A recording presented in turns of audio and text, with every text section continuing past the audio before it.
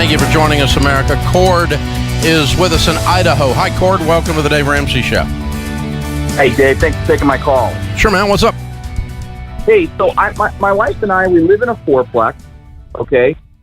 We own the fourplex. We live in one unit. We rent out the other three. So we're working on baby step number 6, okay? Right now, the fourplex, we owe on it about $390. It's worth about $600 to $625. Seeing on some of the other ones that have sold that are around us. And we have about $100,000 in the bank account, and so we're wanting to pay off our house with cash. That's our plan. However, I've kind of run this idea past real estate agents and things like that, and they've all said to hold on to the fourplex. When I'm 45, 50 years old, that I'm going to regret selling the fourplex, and that it'll just be a cash cow for me, going forward, and just take the $100,000 that I have and put that as a down payment on a house. Mm-hmm. So let me get this straight. Real estate agents suggested that you buy real estate and take out a mortgage. No kidding.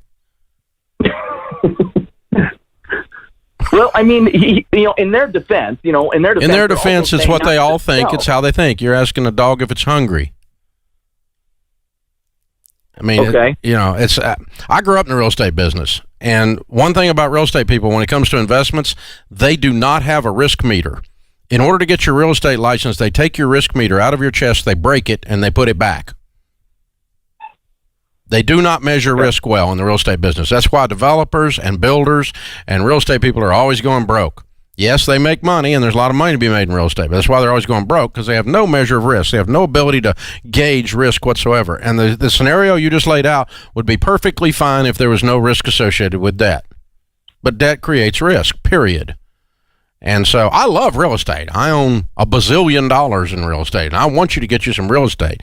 But what I would tell you is you get your home paid off, and then you buy your investment real estate. And guess what? There'll be a fourplex. If you want a fourplex, you can buy later. As a matter of fact, if this recession comes, it'd be a great time to buy. Jeez. That's when I buy all my real estate, by the way. So I hadn't bought in years. I built this building we moved into, but that's the only money I put in real estate in a while. So anyway, what would I do if I were in your shoes? I probably would sell the quadplex. I think it's served its purpose, and put the equity with your money and pay cash for your first home. Can you buy a $325,000 house that you like? So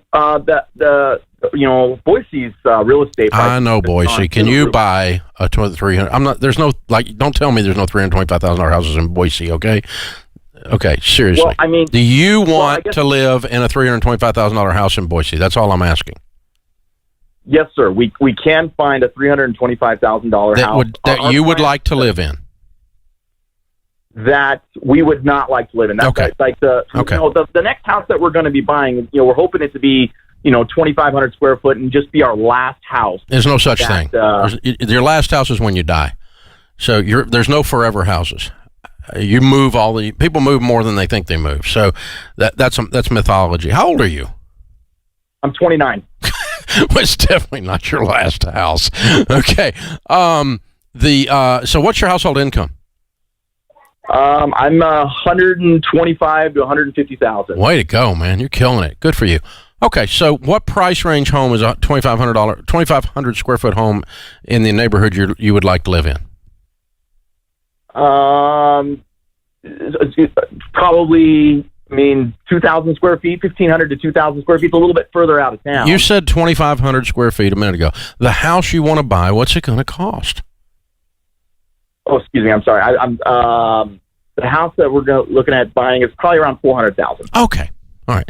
And you have 325 if you sell the quadplex, right? Yes, sir. Okay. And so take you out a little small mortgage. You make $1 bazillion. You're killing it, man. Knock that mortgage out in 2 years. Boom. Now you're debt-free, don't have a house payment or anything. How fast can you save money then? Fast. And you save up and you buy your first rental property. You'll probably buy a single instead of a quad for your first one. That's okay. Save up and buy you a $125,000 house and rent it.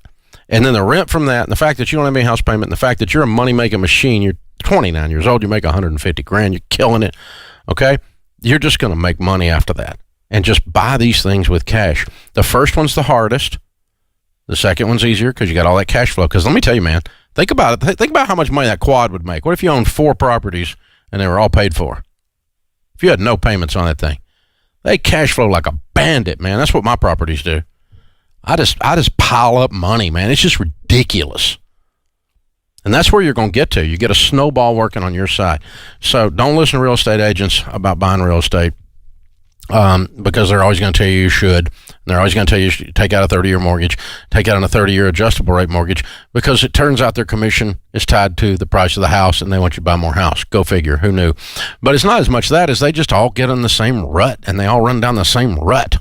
They just stay in the same ditch. 30-year mortgage and adjustable rates. As soon as rates go up, rates are down. So right now we'll talk about doing something, maybe a fix. But anyway, and just buy as much house as you can buy because you're trying, and be sure you keep the mortgage because you get advantage of the taxes, the tax write-off, which means nothing anymore. It's absolutely ludicrous. So I used to say all that stuff. I got my real estate license when I turned 18. I told people that same stupid stuff, and I was so wrong.